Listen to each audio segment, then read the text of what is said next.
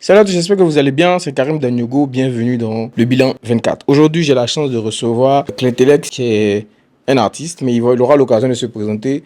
Mais je veux dire, c'est un plaisir pour moi de le recevoir parce que je ne m'attendais pas à ce qu'il soit ici. C'est avec beaucoup d'honneur et de considération que je l'ai à côté de moi aujourd'hui. J'espère que vous prenez plaisir à regarder nos vidéos, à regarder le contenu. Surtout, n'oubliez pas de vous abonner, de partager et de nous dire ce que vous en pensez. Clintellex, bienvenue. Merci. Je pense que tu as l'habitude de te présenter. Mais on va refaire l'exercice. Clinteles, c'est un abobolais qui essaie d'être drôle et qui aime bien, je veux dire, la philosophie, qui aime bien le jeu de mots, qui aime bien le langage. Voilà. Qui aime le verbe, voilà, qui aime le verbe. Pourquoi tu dis que tu essaies d'être drôle? Est-ce que tu ne te trouves pas drôle? En fait, je pense que être drôle, c'est relatif, en fait, tu vois. Moi, il y a ceux dont je parle, je trouve que c'est drôle. Mais il y a des gens qui vont se dire que non, c'est pas drôle, tout et tout. Et moi, je suis en compétition tout le temps avec moi-même, en fait. Ok. C'est-à-dire mon moi d'hier, mon moi d'aujourd'hui, mon moi de demain. Donc, généralement, j'essaie d'être plus drôle que celui que j'étais hier, en fait. Ok. C'est pour ça que je dis j'essaie d'être drôle. D'accord. Donc, je fais des blagues presque drôles, en fait. Ok, on va y arriver parce qu'il y a une partie où je parle de cet aspect de ton humour qui est, pour moi, qui est souvent difficile d'accès pour certaines catégories de personnes. Ouais. Voilà, mais tu vas nous expliquer. Bon, ça peut être un choix, mais aussi, je pense que peut-être que c'est l'effort que certains ne font pas pour comprendre certaines choses. Mais on va y arriver. Je veux dire, comment est-ce que tu arrives dans l'humour? On va pas faire forcément l'étalage Ouais, de je tout vois, ça. Hein. je vois. Voilà, moi, je sais que pour avoir vu tes spectacles, pour t'avoir vu te présenter beaucoup de fois, je sais que tu as fait du théâtre. Ouais, Et c'est à partir du théâtre que tu rentres dans l'humour. ouais. Mais pourquoi avoir choisi le style stand-up et pas le style d'humour qu'on a l'habitude de voir? Déjà, bon, comme tu as dit, moi je choisis le stand-up parce que moi je viens d'Abobo. Ok. Parce que les gens ont une image cliché, barrée, c'est-à-dire que ça, on peut plus changer en fait d'un abobolais. Un abobolais, c'est un gars qui n'est pas intelligent, c'est un voleur, c'est quelqu'un qui va agresser forcément quelqu'un. Ça, c'est ce qui est ancré dans la tête des gens en fait. Donc je me suis dit, j'ai pas fait les blagues comme tout le monde. Ok. J'ai fait des blagues avec un peu de réflexion, avec un peu de verbe, avec un peu de jeu de mots pour montrer que moi je viens d'Abobo, mais je peux faire des blagues comme ça en fait. C'est pour ça que j'ai décidé de faire du stand-up déjà en fait, pour me démarquer des autres. Pour montrer qu'Abou on est intelligent. C'est tout. Ok, très bien. Maintenant, disclaimer, vous montrez qu'Abou on est intelligent. Dans cette vidéo, actuellement, il y a trois boulets dans cette pièce-là. Ouais. Il y a l'invité, il y a moi, il y a personne qui est en backup, le réalisateur. Et je voulais pas faire de l'humour que pour la Côte d'Ivoire en fait. Ok. Je voulais vraiment raisonner vraiment dans le monde francophone en fait. C'est-à-dire que quand on parle d'humour dans le monde en termes de francophonie, il faut qu'on parle de la Côte d'Ivoire en fait. Et pour ça, il faut que j'arrive à faire des blagues qui parlent à des Ivoiriens, à des Burkinabés, à des Béninois, à des Français. Mais dans un endroit où on parle français, il faut qu'on comprenne en fait. Maintenant, après, va venir les histoires d'adaptation parce qu'il y a des réalités qu'on vit pas, ou bien il y a des codes qu'ils ont que nous, on n'a pas. Mais vraiment, c'est pour déjà montrer que je suis à Bobolé et je suis intelligent. Je n'ai pas dit tout le monde n'est pas intelligent, mais je pense qu'à Bobolé, il y a beaucoup d'intelligents là-bas et il y a beaucoup d'intelligents qui sont à Bobolé. Et ensuite, être francophone universel au maximum, quoi. Grâce à ce style d'humour, tu es parti à Montreux. Ouais, Ton premier Montreux. ouais. Comment est-ce que tu décris cette expérience? Je dis c'est la base, hein, c'est le socle de ma carrière en quelque sorte en fait. Et bon, c'était à 6 mois de carrière. Hein. C'était genre, je commence il y a 6 mois, on dit un concours, je participe. Limite, on quand même, genre, quand je regarde mes spectacles de l'époque, là, je me dis, oh, mais lui, il est trop nul, c'est... Est-ce que ce n'est pas trop dur envers toi? Mais je pense que comme c'est nouveau, c'est récent. Avec le temps, je pense que tu t'es aguerri, tu as acquis en expérience et tout, tu as évolué. Je pense qu'il ne faut pas être trop dur avec toi-même. Moi, avant, tu sais, même maintenant, il y a mon professeur qui m'aide, hein, c'est mon metteur en scène, c'est avec lui que je fais tout ce qui est grand projet. C'est lui qui m'a dit, mais vas-y, arrête en fait. Que le fait de voir ton spectacle en 2019 à Montreux, ça te gêne, ça montre l'évolution. D'où tu pars pour arriver, enfin, pour être où là tu es aujourd'hui en fait. C'est vrai que ça me gêne, mais je me suis dit, c'était vraiment méthodique, tu vois. Ok. C'est vraiment les techniques qu'on m'a données que j'ai fait. J'ai pas essayé de rajouter, faire comme plus. actuellement, j'essaie de rajouter des choses. Il y a des choses que j'ajoute, c'est propre à moi, tu verras pas ça chez quelqu'un d'autre. Mais avant, là, c'était sujet, verbe, complément. Il n'y a pas effet de mettre deuxième complément, troisième. Non, non, non, non. Donc, c'est ça, quoi. Mais moi, je pense que tu joues aussi la carte de la sécurité. Euh, Parce que tu voulais pas aussi, peut-être que tu voulais pas aller sur des terrains que tu ne maîtrises pas. bon, en Donc, vrai, tu je vas ne sur des maîtrisais pas le. voilà, tu vois là. Je maîtrisais même pas le truc. Moi, je faisais des choses de façon instinctive. C'est Voilà. arrivé là-bas que je découvre l'École nationale du mot de Montréal. C'est la meilleure école et je pense que c'est la seule école du mot dans le monde. C'est à Montréal. C'est la plus prestigieuse et elle est très sélective. Donc, ils viennent nous faire une masterclass. Et c'est là que je mets des noms sur ce que je faisais en fait. Ok. En fait, je faisais des bails, mais je connaissais pas les noms. Donc on me dit, voilà, ça c'est de l'auto-dérision, voilà, voilà. Et c'est là que je commence à découvrir bien le métier en fait. Ah, c'est ça, ah, c'est ça. C'est bien vrai qu'il y a quelqu'un qui m'a aidé à écrire des blagues de stand-up au départ parce que je faisais des blagues comme tout le monde, hein. Mhm. C'est quand j'ai commencé à me rendre compte que, mais en vrai, genre, ça change pas en fait. Et tout le monde parle toujours d'Abobo, mais genre de façon négative, tout Ouais. et tout. Je me suis dit, bon, vas-y, il faut que je commence à écrire des blagues. Et c'est comme ça que j'ai commencé à rédiger des blagues.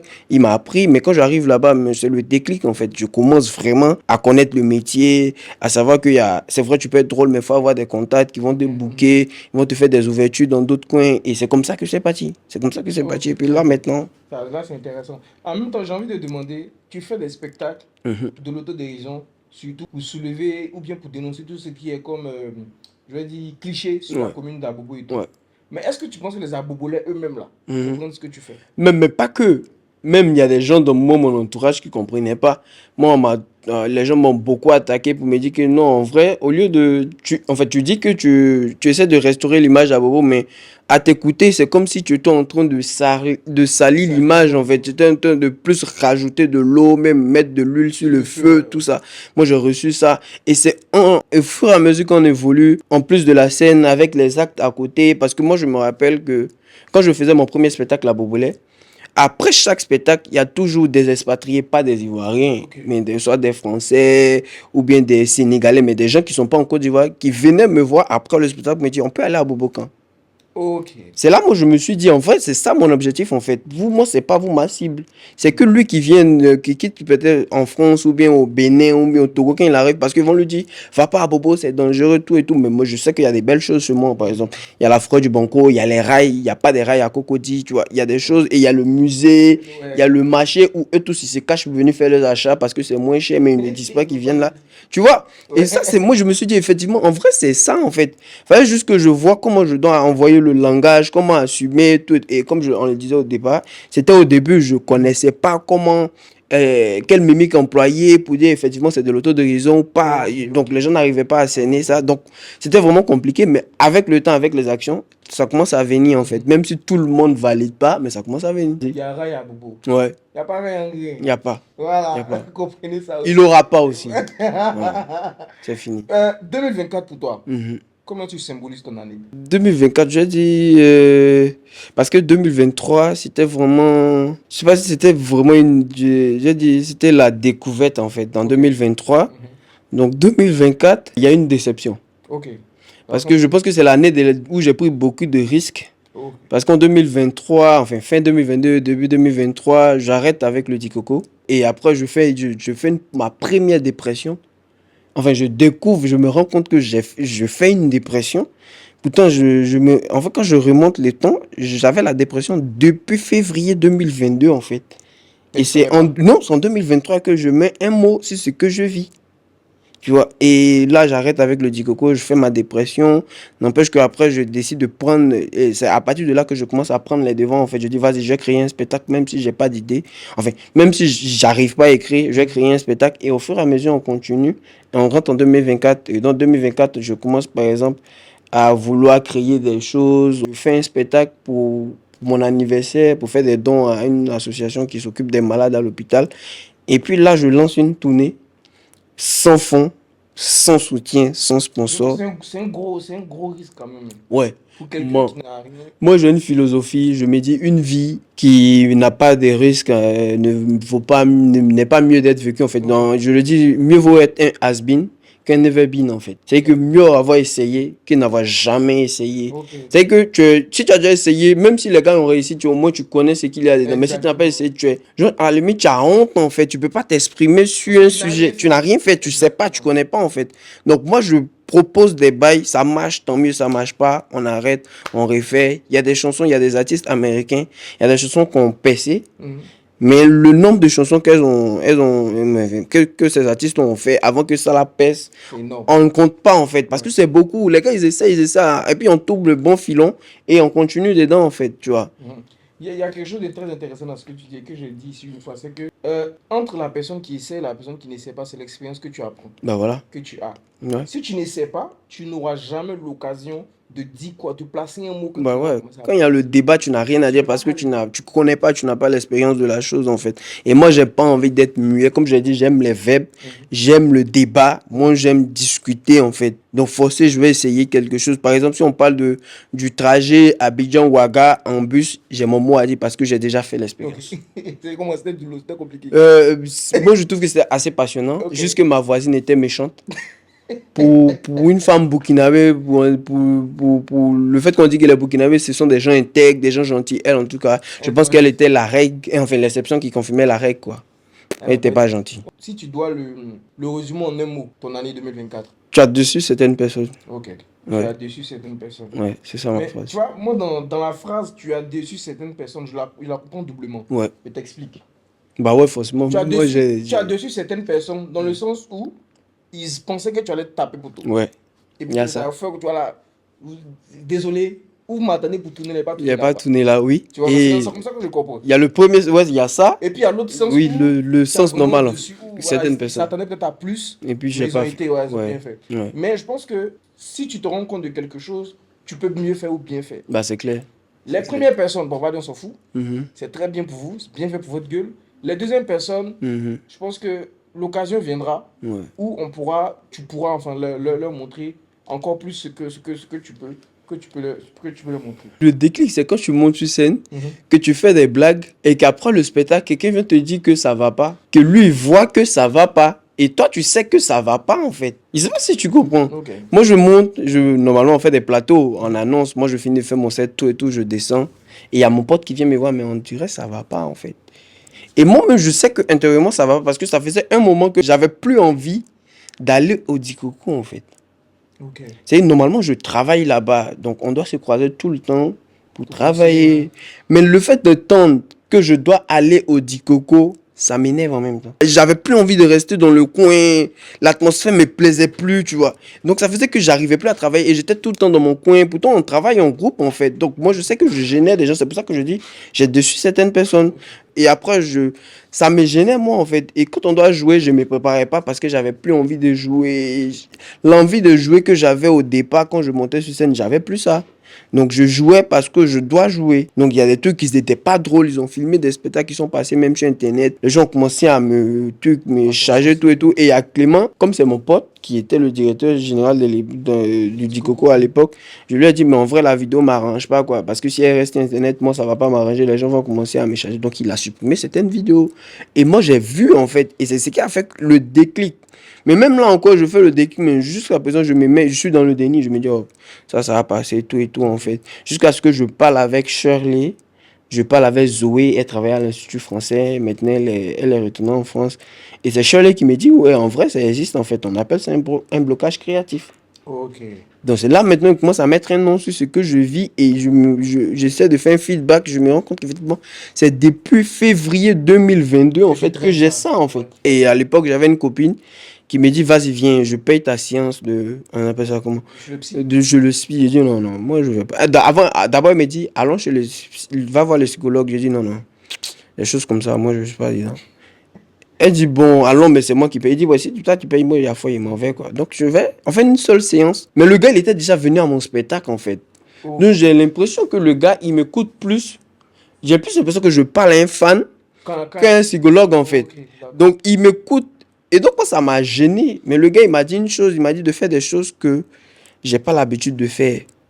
Que de changer un peu, mais ça avait l'époque, c'était dans le temps où j'avais fini avec le Dikoko, je travaillais plus avec eux, donc il m'a dit de changer, de faire des bails, et c'est là que moi j'ai commencé à me renfermer en fait, parce que je travaillais plus, j'étais seulement à la maison avec mon chien, je sortais juste pour aller à la radio, parce que je suis chroniqueur sur Fréquence 2, donc je partais que à la radio, quand je finis, je rentre, donc j'étais avec mon chien, je sortais plus, ça commençait à devenir bizarre en fait. Et c'est là que je commence à parler avec Honoré Diarasouba de Venir Rouge. Et puis il y a Sandra K. Elle a une agence immobilière. Donc, c'est eux qui vont commencer à me dire, mais il faut essayer des bails, essaie de te rapprocher de tes abonnés, tout et tout. Et c'est là on écrirait un spectacle ensemble, en fait, au Bushman. Au Bushman, ouais. Mhm. C'est là que je lance le truc. Je me dis, bon, et puis je parlais avec Marie-Ange aussi, de temps en temps, qui me disait, vas-y, essaie de changer, bouge un peu, tout et tout. Faut pas rester à la maison, faut sortir, tout et tout. Donc, on a fait la première soirée, deuxième soirée, je pense, au 30 décembre. Hein. On a fait la dernière soirée.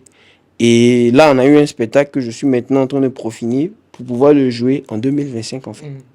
Donc, c'est comme ça que ça s'est passé. Et même jusqu'à présent, je ne sais même pas si c'est fini, en fait. Parce que pendant ce temps, j'arrivais plus à écrire des blagues. Donc, j'ai développé l'improvisation, en fait. Donc, ça fait que je suis bon en improvisation. Mais quand je veux rentrer dans un truc que j'ai rédigé pour pouvoir faire rire, je vois le public en train de dire, mais frère, rentre pas dedans, en fait. Ce que tu faisais en termes d'improvisation, c'était drôle. Mais ne sais pas de jouer un texte que tu as écrit. Moi, genre, c'est ce que je ressens quand j'essaie de faire un test, truc, en fait. Donc, ça fait que j'ai commencé à faire des plateaux, rester dans les improvisations, ne plus monter sur scène. Souvent, quand on m'invite, moi-même, je me fais passer pour manager. Je dis, l'artiste est en dépression, il n'est pas là. C'est comme ça que j'ai commencé à gérer les bails, en fait. À commencer à fuir la scène, tout et tout. Et voilà, quoi. Mais ma chance, c'est que j'ai eu Zoé qui me parle beaucoup, avec qui je parle beaucoup. Il y a Shirley Soignon aussi, qui est une grande sœur qui est vraiment là. Quand j'ai besoin d'elle, je l'appelle, on parle tranquillement. Il y avait mes amis aussi. Il y avait vraiment des gens qui m'aidaient, quoi. Ok. Ouais. Le blocage créatif. Je pense que c'est quelque chose aussi qui arrive à tout le monde, à tous les créatifs, mais à un niveau de degré différent. Bah ouais. Il faut que je le souligne. À des Bah degrés ouais. différents. Bah C'est très forcément. profond. Il y a d'autres, c'est léger, mais ça reste quand même un gros problème. Bah ouais. Et en parler déjà, ça fait comprendre que c'est pas quelque chose à négliger. Si toi tu as pris, je pense que la responsabilité avec l'aide de tes amis aussi d'aller voir, même si c'est que c'est quelque chose de très important dont on, enfin si ça arrive, Bah faut le faire. faut le faire en fait. Moi j'ai assisté à, on écrit un spectacle ensemble. Mhm. Je pense que c'était une belle thérapie, surtout pour toi qui te permettra aussi de, comme ils ont dit, de t'approcher du public et ça Mhm. t'aide en même temps à t'évacuer. Mais je veux dire que là où tu es, comme tu dis, tu ne le sens pas vraiment. Est-ce que tu te sens mieux dans l'impro ou tu peux écrire des textes aujourd'hui et les jouer? Bon, là, tu vois, par exemple, ce que je fais, c'est que je fais des plateaux Ok, et je passe pour le MC, en fait. d'accord. C'est-à-dire que le MC, c'est entre l'improvisation et le test. D'accord. C'est-à-dire que moi, je peux, par exemple, annoncer, Mesdames, je respecte Karim. Karim finit de faire son show. Mhm. Moi, je peux placer un test. Si ça ne marche pas, je reviens dans mon improvisation, en fait. Ok. Tu vois. Mais moi, j'ai des tests, en fait, que j'ai mon spectacle. Tu vois, je lance ma tournée, j'ai un spectacle qui est déjà rédigé. Mais le truc que je fais maintenant, c'est que j'ai plus envie d'écrire mes blagues seul, en fait. D'accord. J'écris plus mes blagues seul. C'est-à-dire que j'ai des idées. Là, par exemple, je suis en train de travailler avec Mehdi sur enfin, je ne sais pas si dire résidu, mais ce qu'on a tiré en écrivant un spectacle des 8 séances là, on est en train de profiner le truc avec Mehdi en fait, parce que j'ai plus envie d'écrire seul. Ok. Parce que je me dis, écrire seul, c'est ce qui me fatigue aussi en fait. Peut-être que j'écris trop, c'est toujours la même formule, le même style, le même mécanisme. Peut-être à un moment, il y a plus de graisse, il n'y a plus d'huile, il faut changer en fait. Donc là, j'ai plus envie d'écrire seul. Et je pense que écrire avec d'autres personnes, ça me donne d'autres aspects. C'est vrai que c'est moi qui adapte le test, mais qui m'approprie le test. Mais ça me donne d'autres visions en fait. Et ça me fait évoluer très rapidement quoi. Tu sais ce qui est bien dans ce que tu es en train de dire là? Dis-moi. C'est la collaboration. En travaillant de façon collaborative et de façon intelligente avec des gens, forcément ça aiguise la créativité Bah ouais. et ça aiguise l'esprit. Et le fait de travailler avec des gens pour créer un spectacle, je ne sais pas si tu as déjà pensé ça, mais je te dis en même temps que loin d'être quelque chose de facile, moi c'est un exercice très difficile en fait. Ouais, Ça fait du simple à l'aise, mais c'est très difficile parce que Vas-y. tu as l'habitude d'écrire seul. Ouais. Et puis maintenant tu te dis, ah ok, bon, j'ai essayé d'écrire à des gens, mais si tu arrives à faire ça, c'est incroyable en fait. Ouais, John, en fait, le truc, c'est comme je l'ai dit au début, moi, j'ai pas envie d'être l'humoriste humoriste, en fait. Je sais qu'il y a des choses, après, ils vont interpréter ça sur Internet, tout et tout. Mais j'ai pas envie d'être l'humoriste du quartier, en fait. Ok. Mais j'ai pas envie d'être l'humoriste du... Moi, j'ai étudié le théâtre, en fait. Je pense que c'est ce qui me fatigue. Ouais, je pense. Mais je pense que c'est ce qui pèse sur moi. Parce que moi, dans mes études, je découvre le métier, je connais le métier. Je sais qu'il n'y a pas que le comédien. Tu vois, je sais qu'il y a le metteur en scène, je sais qu'il y a le scénographe, je sais qu'il y a le régisseur du son, le régisseur de la lumière, il y a lui qui fait la proposition de la musique, donc le musicien, il y a le costumier, il y a le maquilleur, et c'est pareil en humour. Moi, je sais que le co-auteur existe et que c'est un métier. Ok. Et que c'est lui qui te permet d'être plus performant que toi, tu peux pas être tu peux pas être auteur et humoriste en fait. Enfin, ouais, Il y a ouais. des gens qui ont la chance de le faire. Tu vois, par exemple, Molière, il a été auteur, metteur en scène, comédien et il a fait les trois bien. Mais c'est rare d'avoir quelqu'un qui sait écrire, qui sait mettre en scène et savoir jouer en fait. Ouais. C'est pas possible. Donc forcément, il y a un moment où il y a un endroit où tu es défaillant ou bien tu as une faille où tu es faible. Moi, je connais ma faiblesse. Je sais que à un moment, sur le long terme, je vais m'essouffler, je vais me briser. Je commence à travailler avec les gens. Réflexion qu'on a fait au Majestic, j'ai pas travaillé seul. J'ai écrit le premier test, on a réécrit le test. J'ai fait l'hypacheur, le soigneur m'a donné ses orientations. Vas-y, fais ça comme ça. En fonction de ton orientation artistique. Ok. En fonction de ton... Parce que moi, j'ai décidé de m'engager, en fait. J'ai Ouais, décidé ouais, de ouais. faire des blagues engagées et j'assume, en fait. En fonction de ça, on te donne des consignes. Voilà, voilà, voilà. Comment tu dois traiter le bail, en fait. Donc, moi, travailler ensemble, c'est obligé, en fait. Et l'étude que j'ai fait, mais les coups que moi j'ai pris me montrent qu'on ne peut pas travailler seul, en fait. Ok. Tu peux voir peut-être quelqu'un, une seule personne se produit sur scène, mais derrière, il y a une grande équipe derrière lui qui aide les gens. Donc, moi, je suis en même temps, comme je le dis, je suis ambassadeur de ça, en fait, pour dire que co-auteur, c'est un métier qui existe. Ok. Ça paye bien. Metteur en scène, c'est un métier qui existe, ça paye bien. Régisseur, c'est ça en fait. Il n'y a pas que lui qui est devant. Tu vois, lui par exemple, on ne le voit pas, mais sans lui, il n'y a pas d'image en fait. S'il appuie stop, on parle, on ne voit pas. Et donc, moi, c'est ça mon but. C'est vrai que je fais des blagues, tout, mais il y a tout ça aussi que je dois montrer. Ah, il y a lui qui travaille avec lui. Hein. Ah, lui, il écrit des blagues. Hein. Ah, donc il y a d'autres personnes qui pourraient s'intéresser à écrire des blagues. Mehdi, par exemple, n'est pas stand-upper. Mais Mehdi, il a de la répartie de malade en fait. Ouais. Il a, tu vois, il a des blagues ou bien des stories, mais drôles de ouf en fait. Mais le gars, lui, il monte pas sur scène. Moi, j'ai besoin de ce genre de trucs. Au lieu de pas dire copier sur Facebook.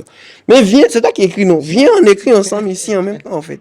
Et ça me fait rappeler juste que il faut savoir compartimenter les choses. Bah ouais, c'est clair. Tout le monde, même si un plateau de tournage, chacun a son rôle. Même celui qui prend le son, même après avoir fait la vidéo, c'est quelqu'un qui est chargé de te rusher. Bah, Et c'est que lui, clair. son rôle, il met sur les 4 mois. C'est Donc je vois que c'est comme ça, le travail est vraiment impeccable. C'est Et clair.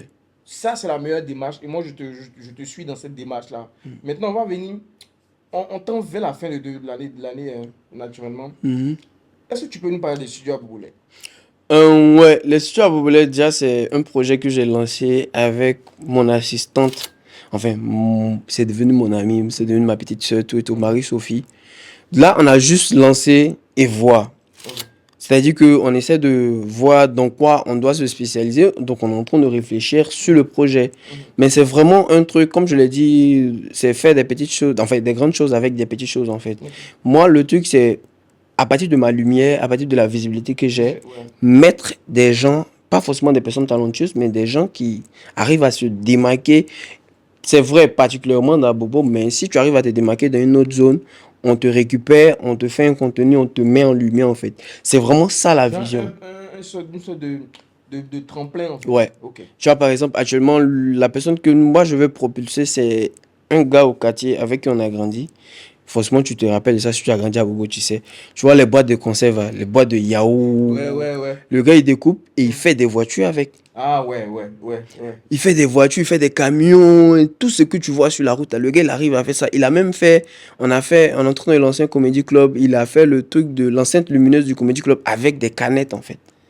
Je me dis, le gars, c'est un artiste, c'est un artisan, il est fort. Faut pouvoir négocier peut-être une exposition pour lui, pour que les gens puissent découvrir son talent. Et s'il doit avoir des collaborations, c'est tout ce que moi je peux faire en fait. Mettre les gens en lumière, mais mettre en collaboration, mais en rapport avec XY. Donc c'est ça l'esprit du studio à Boboulé en fait. Enfin, de les studios à Boboulé. D'accord. Est-ce que tu penses que c'est important pour toi d'être une voix qu'on écoute à travers le rire? Ouais. Moi, c'est même pour ça que je suis venu enfin, je suis venu dans l'humour en fait. Parce que moi, je me disais que, enfin, le rire, c'est le meilleur moyen de dire à quelqu'un que la personne est bête. Désolé si c'est cru, hein, mais je trouve que faire rire, c'est la meilleure manière d'insulter quelqu'un et puis la personne va rigoler en fait. Et puis après, ils se rendent compte, attends, il m'a Ouais, ouais, mais le gars, il m'a insulté en fait. Donc, en d'autres mots, c'est la meilleure manière de dénoncer le rire. Les blagues, la comédie. J'ai dit un truc un peu, peut-être qu'ils vont censurer ton contenu. Ah Tu bon? sais pourquoi le théâtre n'est pas développé en Côte d'Ivoire? Non, dis-moi. Parce que le théâtre, si le théâtre est développé en Côte d'Ivoire, il y aura beaucoup de choses qui vont pas se faire. C'est les histoires de corruption, les histoires de drogue, les histoires de on doit payer pour entrer dans telle administration. Tout ça, c'est fini en fait. Mais avant, il y avait du théâtre, je pense. Oui, développé. Moi, Et à très l'époque, bien. vas-y, À vas-y. l'époque, sur la LTI, je pense que c'était les mercredis. Je sais plus à quelle heure. Il y avait les billes de fer. Oui, il y avait avait du vrai théâtre. Il y avait Dimanche J'adorais ça, Passion. dimanche. En fait, je me dis pas, après les études, hein, Mhm. c'est une politique en fait. C'est une politique gouvernementale. C'est vrai qu'il y a le ministère de la Culture qui essaie de faire des choses. Ils ont même créé un partenariat avec le Palais de la Culture. Même ça encore, il y a des fédérations de danse. Donc, c'est pas du théâtre en fait. Si le théâtre est développé en Côte d'Ivoire, il y a beaucoup de choses qui vont changer en fait. Déjà, les gens vont prendre conscience. Parce que le théâtre, il est comme un vaccin en fait. Il prévient. Il prévient ce qui se passe, il prévient, il y a des pièces de théâtre qui parlent par exemple, à l'hôpital, le traitement des gens, il y a des gens qui ont des diplômes mais qui n'ont pas le niveau, tout ça. Donc si le théâtre est développé en Côte d'Ivoire, tout ce qui est politique, corruption, abus de pouvoir, abus de langage, ou bien on dit qu'il n'y a pas de liberté d'expression, tout ça va changer, forcément. Et les gens seront, je vais dire, ils auront plus l'esprit ouvert en fait. Ils sauront ce qu'ils doivent faire, mais ils sauront ce qu'on doit faire, mais ce qui est. Voilà, et ça ne va pas arranger certaines personnes. J'ai vu des théâtres à la télé. Et même à l'école, on faisait Du théâtre, on faisait oui. du théâtre. Oui. C'est-à-dire qu'en fin d'année, on se préparait pour faire du théâtre. Chacun avait un rôle, on jouait. C'est clair en fait. Intéressant, en fait. Et ça ouvre l'esprit. Exactement. Lui qui fait le théâtre, il a l'esprit ouvert. Lui qui regarde le théâtre a l'esprit ouvert. Par exemple, moi, quand je regarde une pièce de théâtre qui est vraiment bien menée, je pleure. Ok. Moi, j'ai la première pièce qui m'a influencé, puis il a dit, bon, vas-y, j'ai venu étudier le théâtre, c'était à Boaké. J'étais en première. La pièce de théâtre, c'était l'Odyssée finale de Koulibaly Modibo Shigada. Il est décédé. C'était un monologue, en fait. Le gars, il était au soir de sa vie. Il va mourir, en fait. Donc, il passe en revue tout ce qu'il a fait dans sa vie. Et tu vois que le gars, normalement, il travaille pour les gens, il ne travaille pas pour lui, en fait. Il se rend compte que lui-même, il n'est pas concentré sur lui. Mais tout ce qu'il fait, c'est pour faire plaisir à X, c'est pour faire plaisir à Y, c'est pour faire... Et le gars, il ne croit pas en Dieu. Je vais dire que c'est ma soeur qui m'a initié à ce genre de choses. Oh, mais c'est une bonne chose, Non, en non. fait. Même une fois, quand j'étais au primaire, elle m'a incité à aller m'inscrire à l'Institut français, à la bibliothèque. À la bibliothèque, ouais. L'Institut français, pour Ouais. que j'ai des livres, pour lire des choses comme ça. Je dis que, étant à Abobo, on a grandi ensemble. L'occasion pour lire, c'est compliqué. C'est compliqué. On n'a pas le temps. Je me rappelle. Allons jouer ballon. Avant l'Institut Aïe. français, elle m'a dit il faut aller t'inscrire à la bibliothèque, au centre culturel Ça- d'action d'Abobo. oui, la bibliothèque est toujours là, encore. Je suis allé m'inscrire. Et je partais là-bas vraiment prendre des livres. Ouais. Tout. Mais je trouve, j'étais parmi, je sais pas, j'étais le seul. Mais quand tu regardes, tu sais que ça manque de vie. Bah, franchement. Ça manque de vie. Et je pense que c'est ce qui nous manque, cette culture-là, nous cultiver en fait dans la littérature. Et je pense que c'est ce qui aussi, je te coupe. Vas-y. Ton humour Passe pas. passe pas. Ouais. Parce que c'est de la culture en vrai. Bah ouais. Moi, en fait, je dis tout le temps, moi, j'ai pas envie de... C'est vrai que dans la politique d'écriture, mais pas par la politique. Il y a quoi cette histoire de politique avec dans la technique d'écriture de blague ou bien d'humour, on doit grossir certains caractères. Mais moi, je vais toujours sur un fond de vérité, en fait. Très bien. Un fond d'information vrai. Tu vois, par exemple, on parle du théâtre. Est-ce que tu sais que chaque année, il y a au moins, je dis bien minimum, 100 nouvelles pièces de théâtre qui sortent de l'INSAC. Minimum, chaque année. Mais on voit rien. On voit rien. Et si les 100 pièces là, il y a peut-être 60 pièces ou bien 30 pièces qui sont bonnes. Les pièces, déjà, elles sont déjà bien menées. Et tout. Ça, des étudiants. C'est-à-dire pas chez nous, pour soutenir, c'est vrai, on fait un mémoire, mais pour soutenir, on fait des spectacles. Ok. Donc, imagine, il y a 30 étudiants de licence. Les 30 vont faire un spectacle de minimum 30 minutes. En master 2, pareil. Donc, il y a au moins 100 spectacles chaque année. Et sans oublier les spectacles de groupe dans la classe, tout et tout. Et moi, c'est ce qui a fait que moi, il y a des choses qui me font rire, en fait. Tu vois, je dis, moi, je regarde beaucoup de théâtre. Je sais qu'en juin, à l'INSAC, il y a des spectacles de théâtre. Même si je suis nulle part ou même ici quelque part, forcément, en juin, il y a 2 semaines, mais 3 semaines de juin, moi, je suis assis à l'INSAC. Chaque matin, je regarde. C'est ouvert au public. C'est ouvert, c'est gratuit. Ouais. Mais est-ce qu'il y a des initiatives personnelles? C'est-à-dire que des étudiants peuvent se dire, bon, nous, on a créé notre bail de théâtre, on va aller faire une représentation d'un quartier. Par exemple, moi, souvent, m'arrivait souvent de faire des soirées de projection de cinéma dans mon quartier à Bourg, là-bas, avec les enfants. J'ai fait Ouais. ça 2, 3 fois. Mais est-ce que des étudiants de l'INSA peuvent se dire, bon, ok, nous, comme on ne nous donne pas les moyens, on va, voilà, en fin d'année, voilà, c'est Noël, la Noël qui arrive, on va aller faire une présentation d'un quartier. En fait, il y a un gros problème. Tu vois, par exemple, moi j'ai projeté Braquage à la Bobolaise. Le film n'est pas bon. On a fait un budget de 400 000, donc ne t'attends pas à quelque chose de waouh. Le film n'est pas bon, mais moi, j'ai projeté le film dans mon quartier. On allait payer un drap blanc au marché, comme ce que tu as fait. On a projeté le film. Et le truc, c'est de prendre. Moi, j'ai pris mes sous hein, Mhm. pour aller au Burkina. C'est quand il a dit que je vais au Burkina que j'ai lancé une tournée que les gens ont commencé, le centre culturel a commencé à me donner de l'argent. Il y a Zoé qui m'a donné de l'argent. Il y a un député qu'on a reçu à la radio, il ne me connaît ni d'Adam ni d'Eve. Mais il m'a donné l'argent pour aller au Burkina. Venir Rouge a payé mon transport, tu vois. C'est que je dis, en fait, les étudiants, bon, je pense la boucle en s'est bouclée en parlant, en mettant. C'est vrai que je vais dans tous les sens, mais à l'INSAC, la boucle en s'est bouclée, en fait. Il y avait une époque où les jeunes de nous, notre génération, il y a d'autres qui venaient juste pour étudier. Ok, Ils pas venaient plus. pas plus. Nous, on n'est pas venus pour changer le monde. J'ai pas mon diplôme, ils vont lancer le concours. J'ai passé.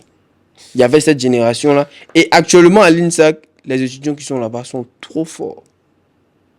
Tu sais, j'ai l'impression qu'ils ont nettoyé nous, notre génération. C'est vrai Ouais. que dans nous, notre génération, il y avait des gars. Une épilation. J'ai l'impression qu'ils ont tout nettoyé. Et ceux qui sont là, les petits sont forts. Moi, j'ai regardé les pièces, tu vois, qui c'est des gars, ils sont bien. Et même dans le maquillage, parce qu'on fait des cours de maquillage à l'INSA. C'est vrai, tu es comédien, mais tu fais. Et les gars sont disponibles, ils ont envie de travailler, en fait. Et je me dis, c'est ceux-là qui vont, quand ils vont finir, ils vont se rendre compte que sur le concours qu'on lance à l'INSA, qu'on prend 10 personnes, oh, ils sont 100. Ils vont se dire, vas-y, il faut qu'on crée nos choses. Ok. Il faut qu'on crée nos bails. Parce que je pense qu'il faut choquer, en fait.